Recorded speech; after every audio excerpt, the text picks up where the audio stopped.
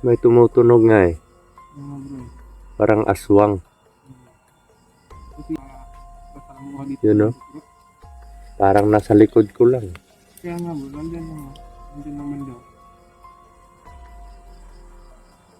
Buti ba kasi ano, hindi lang po yung tao lang ang mga kalaban namin dito. Eh, pati may mga ano din. Mga, yan. Yan, mga idol. Parang may nag-uusal ng orasyon yan eh. Hindi ko lang talaga sa mga kaibigan ko dito. Eh, yung nasasagap ko na presensya eh, presensya ng aswang. Yan o. Humangin po pero doon sa ibabaw walang hangin yan o.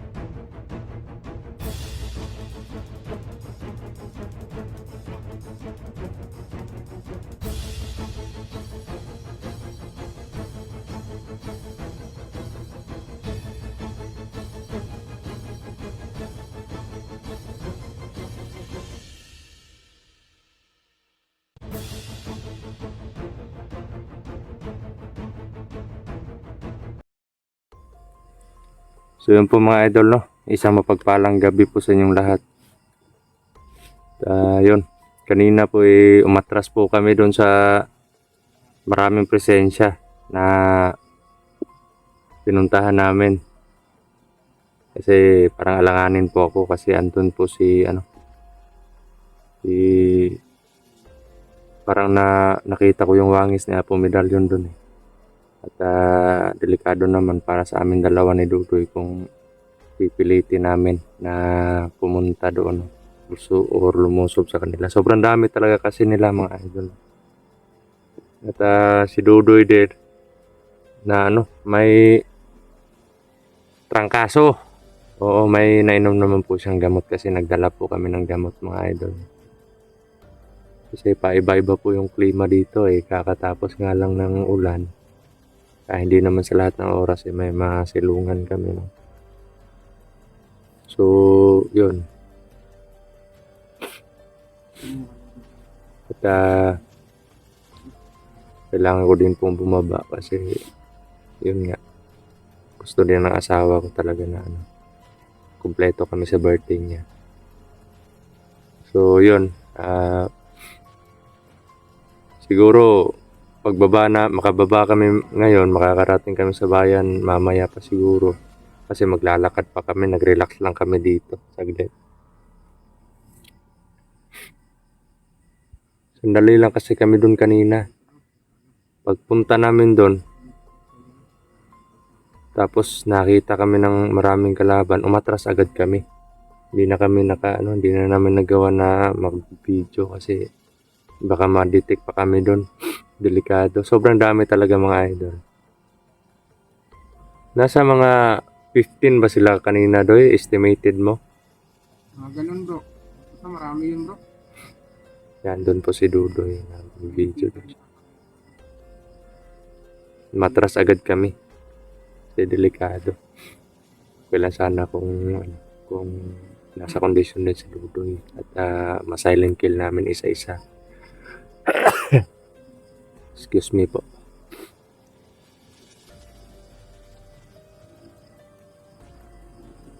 Pero may naman kami dito. Habang naglalakad kami, may kami dito, flashlight.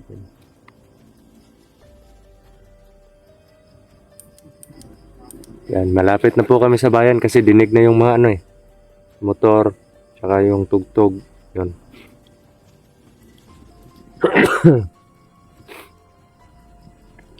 Ganito po talaga ako mga idol pag nakatitig ako sa sa ilaw, no? Para kung Saan banda? Kaya, iwan ko lang kung narinig mo dito sa cellphone. Ano yan? Malapit na tayo sa bayan eh. Parang yung mga motor siguro. Tunog yun, bro. Tunog yun, bro. Saan banda? Dito lang yata yun, bro. Parang may ano siguro dito yung mga ibon na natutulog sa gabi or yung mga paniki nangangain. Tapos nahuhulog yung mga ano nila. Eh pag aswang, hindi naman makakalapit sa atin yung aswang.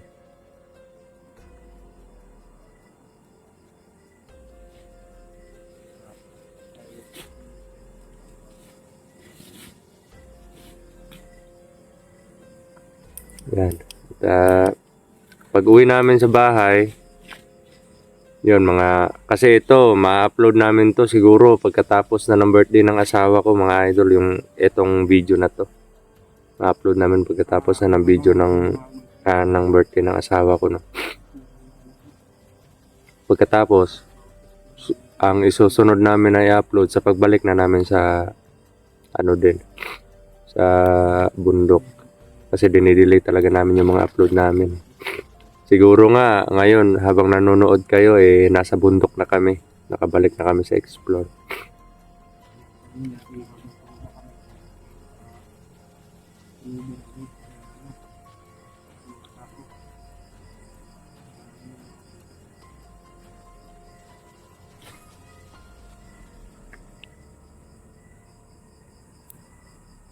May tumutunog nga eh.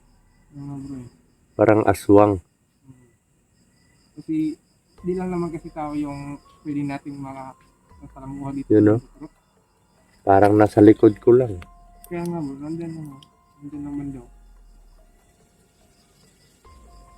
Buti ba kasi hindi lang po yung tao lang ang mga kalaban namin dito. Pati may mga ano din, mga yan mga idol. Parang may nag-uusal ng orasyon yan. Yung nasasagap ko na presensya presensya ng aswang. Yan o. Humangin po pero doon sa ibabaw walang hangin yan o. Pero dito sa likod ko meron. Yan, kikita niyo po. Pero sa mga kahoy wala naman. So ibig sabihin orasyon ang dahilan kung bakit parang binabasa niya yung presensya namin.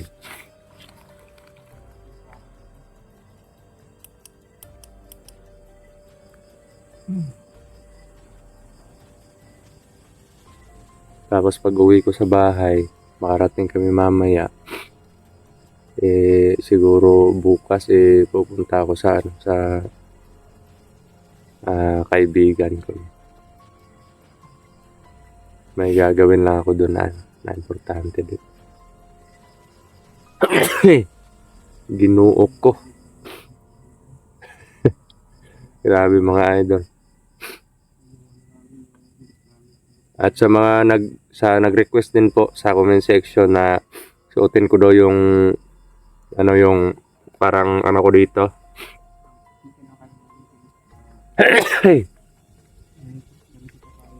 Suotin ko daw po yung kung sa Bisaya yung purong ko po daw, yung purong. Or yung ko dito yung parang bandana. May bandana po ako, may mutya may kapangyarihan.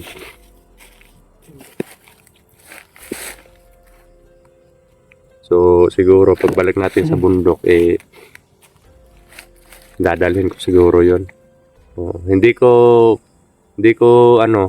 matagal na hindi ko na nagamit 'yun kasi baka masobrahan tayo sa mga proteksyon, baka yung katawan natin yung bumigay, pero pipili lang ako ng iiwan ko doon sa bahay para proteksyon ng pamilya ko.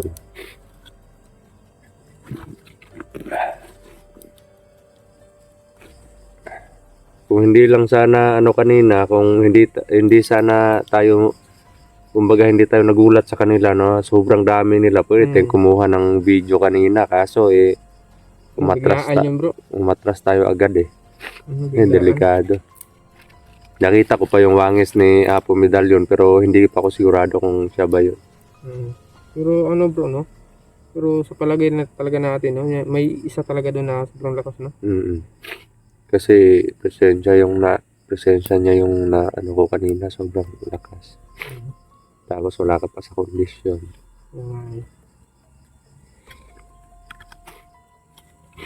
Pero siguro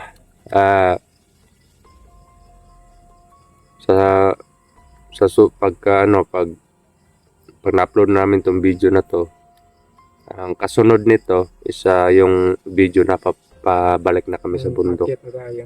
Oo. At yun nga sabi ko kanina, siguro sa mga panahong to na habang nanonood kayo ng video, nasa bundok na kami, nakabalik na kami ng bundok ni Bunso. Parang ganun talaga bro. At hindi rin namin alam kung sino kung may madadagdag ba sa amin pagbalik or kami pa rin dalawa. So yung sinasabi ko po na manghihingi ako ng pasensya sa informer ko, no. Pasensya na bro kung kailangan kong sabihin to. Siya po is gusto niya din pong magbagong buhay. Yun nga, yun yung niya na actually na na yung mga niya, yung pamilya niya, safety niya na, nalabas niya na. So yung na lang, yung kulang na lang yung panahon para sumama siya sa amin sa exploration. At nakuha niya din yung sumpa. Nakuha niya yung sumpa para sa kapangyarihan ni, hindi ko lang babanggitin kung sino yung tao na yun, nakuha niya na yung sumpa. Yun yung mission kasi niya eh. Matagal na siyang gustong, actually ko yan dati eh. Kumbaga kasama ko yan dati. Tapos yun, pinilit siya na bumalik sa kasama yung mga kalaban. Tapos yun yung ginawa niya.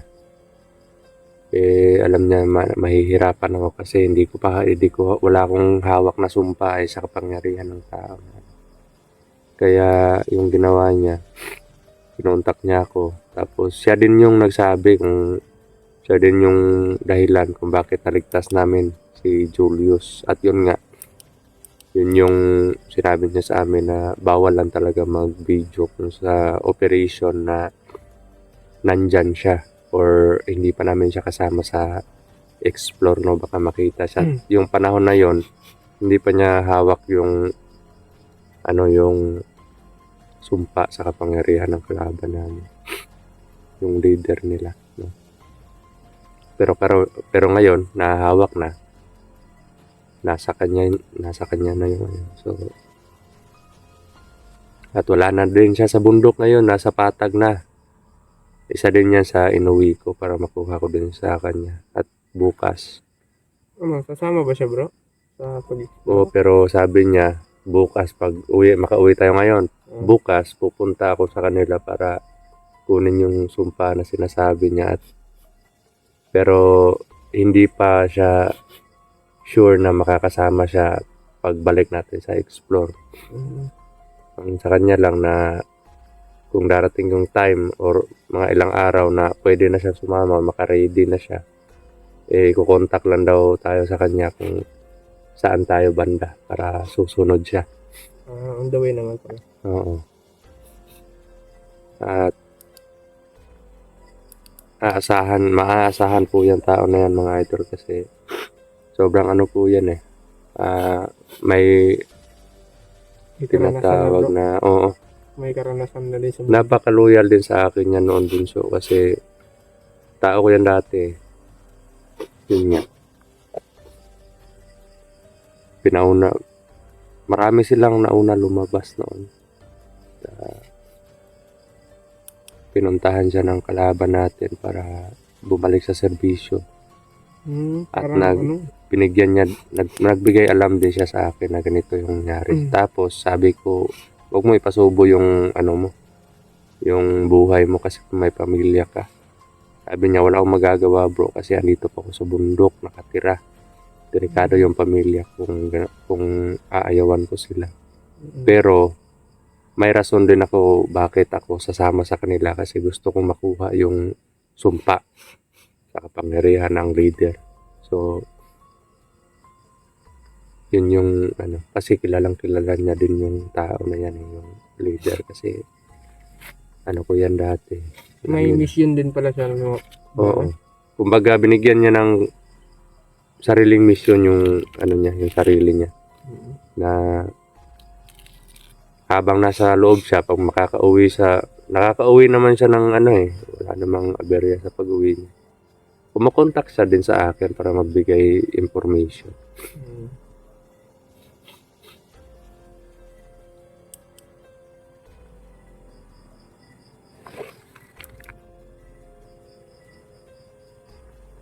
Ayan na naman.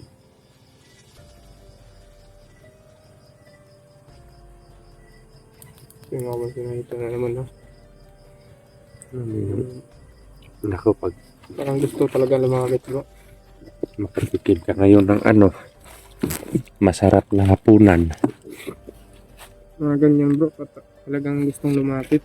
Pero hindi sila agad-agad makalapit sa amin. Dahil Oo. may mga protection po kami. No? Yun. Tumunog na sa ibabaw. Hindi ako nananakit ng ganyan sana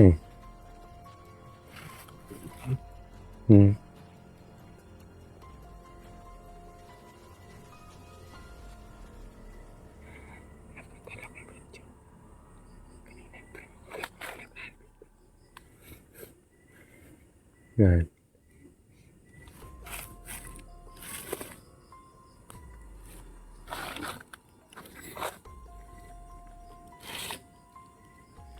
Wala dito Baka sa ibabaw siguro.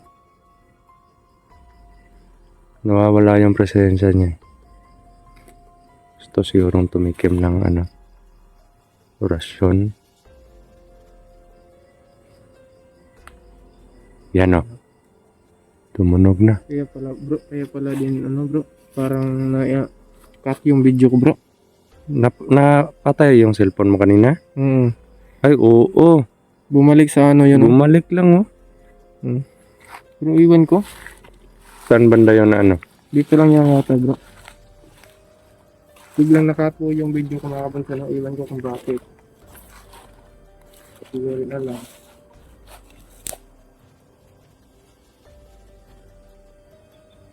Yan, dun din nadinig niyo po yun mga idol. Aswang po yun.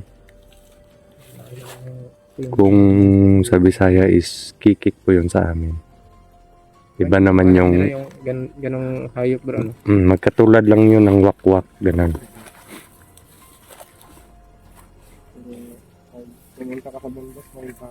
Marami talagang ganyan. Pero yung kinakatakutan ko yung mga tao, yung mga kalaban namin.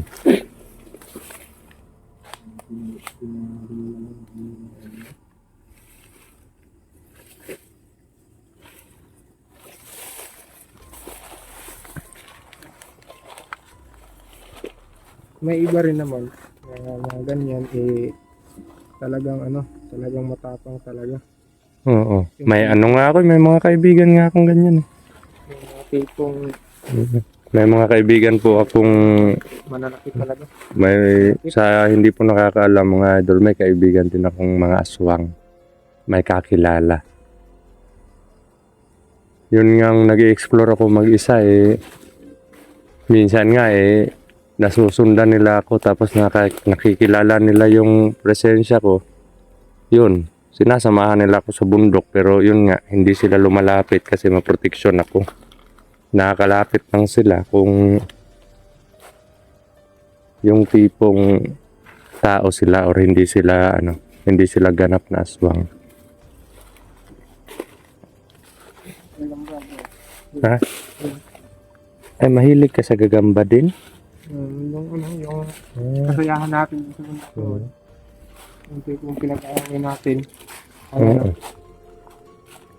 Yan. Hindi ka pa nakakita ng mutya ng gagamba, no? Ay, hindi ka bro. Yan, ipapakita ko sa'yo. Mutya ng gagamba. May mutya ng gagamba.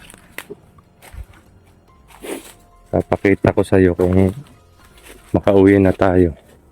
Eh, kung gusto mo, kung gusto mo, mag-ritual tayo, tapos ibigay ko sa'yo yun. Yun nga lang,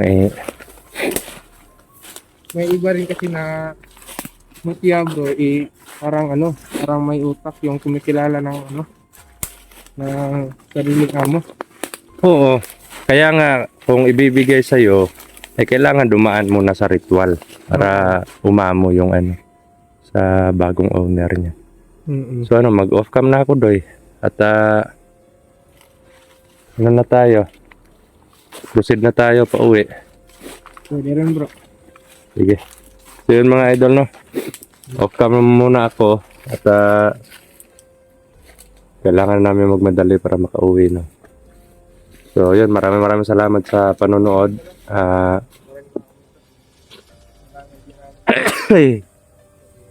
Bahinga ako ng bahay mga idol.